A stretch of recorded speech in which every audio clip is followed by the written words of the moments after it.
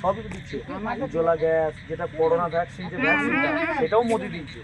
আর আগে কে নিচ্ছিল? তৃণমূলের নেতারা আগে নিচ্ছিল ভ্যাকসিনটা, ছুটে যে আগে নিচ্ছে। আর আমাদের কিষাণ সম্মান,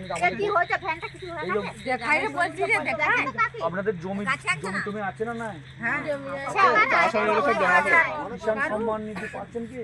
মোদির যে বছরে 6,000 করে টাকা দিচ্ছে